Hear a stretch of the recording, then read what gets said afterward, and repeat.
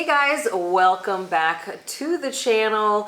I'm going to share with you my top tips and things that we learned in our 7 weeks in Japan. And it was such an interesting culture and we had such a fun trip. If you haven't already seen it, there's tons of videos here on the channel from all the places that we stayed and all the things that we did, even a grocery haul and all kinds of stuff. So make sure you guys check those out here on the channel. But let's dig in to these tips and things that I want to share with you that I learned while we were in Japan. The first thing I noticed is a trash can situation. And first, let's talk about public bathrooms, and the trash cans will come into play with it. So there are public bathrooms everywhere, which is awesome. And you don't need to pay or need a code. For the most part, you can find them readily anywhere, from subway stations to train stations to anywhere. You would find them just about anywhere. If you need to go to the bathroom, it will take you just a few seconds to find one, which is great. Now, when you go to the bathroom, one of the things you will notice when you wash your hands afterwards is there probably won't be any paper towels. Most of the restrooms that I was in, very few of them actually had paper towels, and the ones that had paper towels had trash cans for you to put them in, but most of them did not have paper towels and also did not have trash cans inside, which for those of us coming from the US is a little bit different. So just kind of keep that in mind. I at one point just kept a little pack of some Kleenex in my bag with me, and that way I was able to dry it and put it back in my bag, because you're also going to have a hard time finding trash cans outside as well. There are almost no public trash cans out when you're walking around, so it's going to be really hard to find stuff. Most of the Japanese people you'll see will just either hang on to their garbage. A lot of people, I noticed as I started watching, have little trash bags that they keep in their bags with them. Like, you know, if you have your backpack, have a little bag to put your trash in, put it in there, and then you could dispose of them. A lot of times you will find trash cans.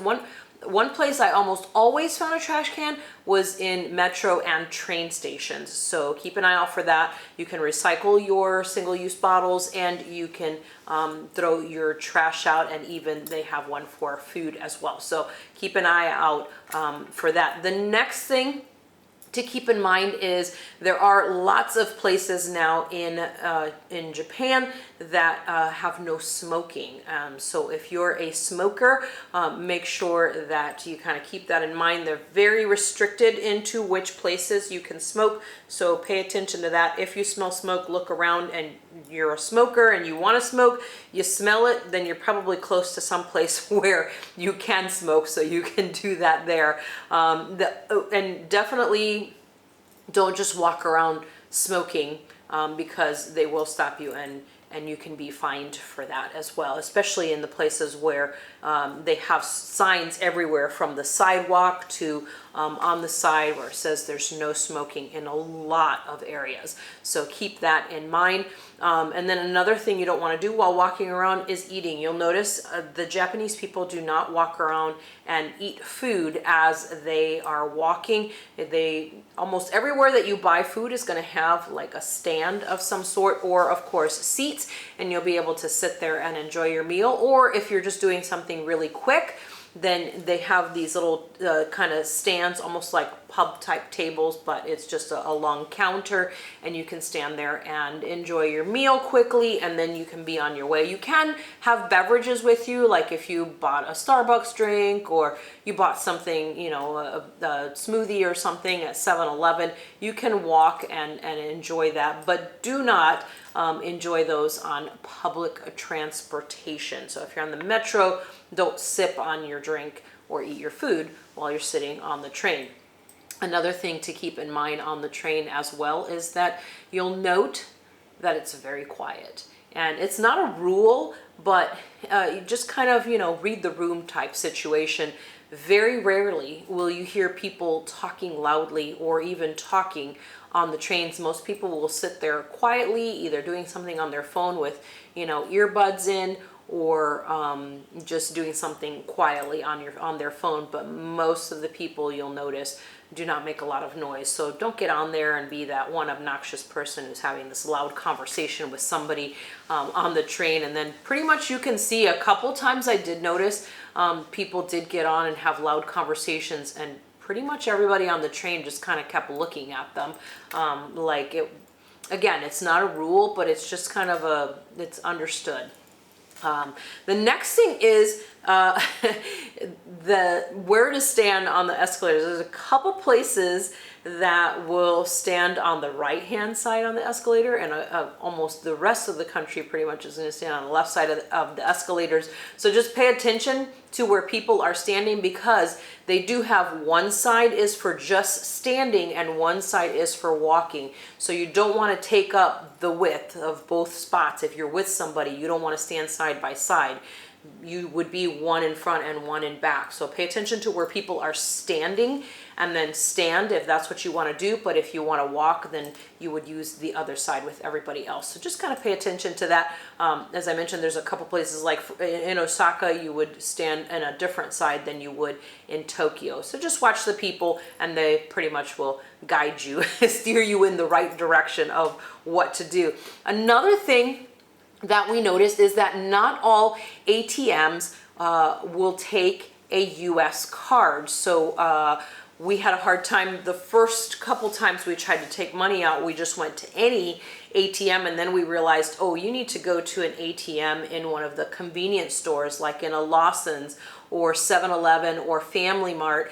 That's going to be your best place to withdraw money. There are sometimes you'll see the 7-Eleven machines in subway stations. Those are good ones to use always as well.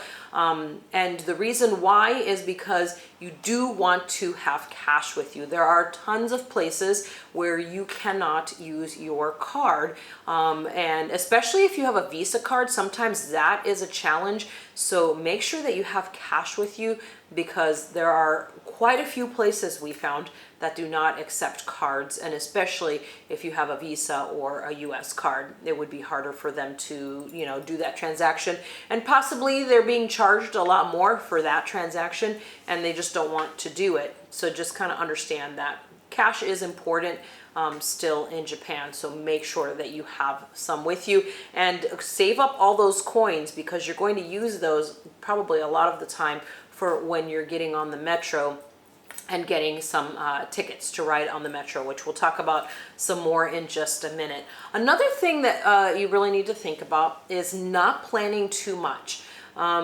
Japan is one of those countries that they don't translate a lot of things into other languages, and so you do need to, use translation apps and all that kind of good stuff, which is great, but it's also going to take you a little bit longer to do things, because you have to, figure things out in English if that's what you're working with, which is what we were. So make sure that you allow yourself, some time, some downtime, or longer times to get to places, and don't try to pack everything so close together, because sometimes it's going to take a little bit longer to do those things. Next thing to consider also is dressing appropriately. It's not really a religious thing. It's just kind of a cultural thing. If you just kind of look around and see what everyone is dressed like, what the men are wearing, what the women are wearing, for the most part, everyone is wearing, pretty much conservative, type clothing. So just kind of keep an eye on that and look at that. Watch some of that in the videos, and you'll see what everybody is wearing around. And you want to dress appropriately, because you want to be respectful to the culture that you're visiting. Next thing is eSIM. So you're going to have to, you're going to rely heavily on that Google Translate. And although I download the language to my phone, I still sometimes need to look other things up. So make sure that you have self-service in Japan. And one thing that I found extremely helpful, super easy, was to get an eSIM card. I use Aralo, and that's always super helpful for me. I can put a code down in the description if you guys want to use something like that.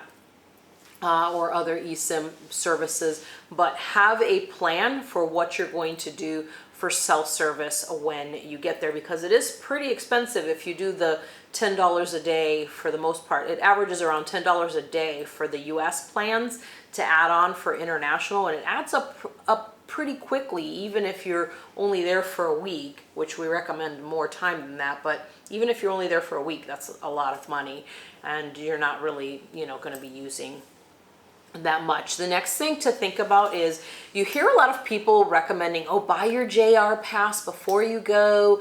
And actually the price is going up October 2023. So if you're going to get a JR pass, yes, go ahead and get that before the huge price increase. But before you even buy the JR pass, check out which trains you're going to be riding and where you're going to be going.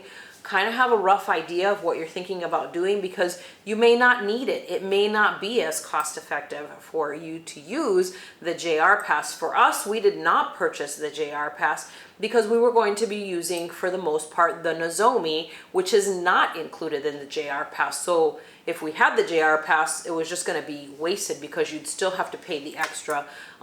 You'd still have to pay for your ride on the Nozomi. So we ended up not getting the JR pass because it didn't make any sense for the way we were going to be traveling in the places that we were going to be traveling to.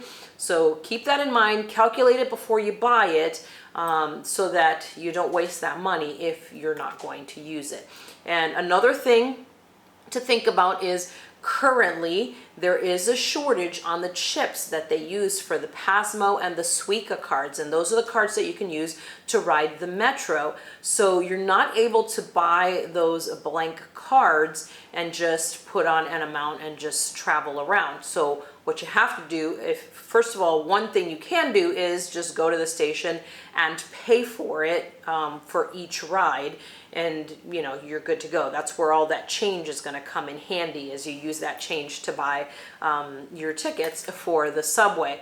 And make sure that when you're getting on, you know how much it is, because it doesn't go from station to station. You need to know how much it's going to be, because that's how it gives out the tickets. It will be for, like if you're going from, just look up what the distance is going to be. Like on Google Map, it will tell you how much it is. If you say where you're going from one place to the other, put in, and it will tell you how much it should cost. And so you take that number and you put that into the machine, because if you don't get the right amount, you can get in, but you're not going to be able to get out if you didn't get a ticket with enough on it.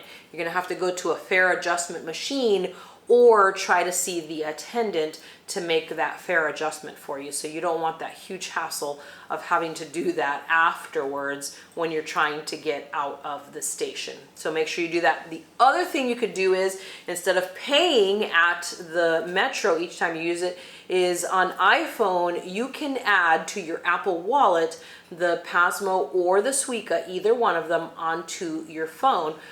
You just do that right in Apple Wallet, hit add card, and then it tells you add transportation card, and you can choose it. It will automatically show it on there when you put in what you're looking for, because it only has that available for certain places, and Japan is one of them, thankfully. It is coming very soon to Android as well, but if you're an Android user, for the time being, you'll just have to buy your ticket each time. But on Apple iPhone, the Apple Wallet, you can do that right now. They're working on adding that, I think, really soon to Google Pay as well. So keep an eye out for that possibility as well in your Google Wallet. So that's pretty much all the tips that I have for you for right now. Guys, do not forget to subscribe to the channel. Continue to travel around Asia. If you have any questions about these Japan tips, or you want to add some, do that down in the comment section. And don't forget to subscribe to the channel for more, and I'll see you soon.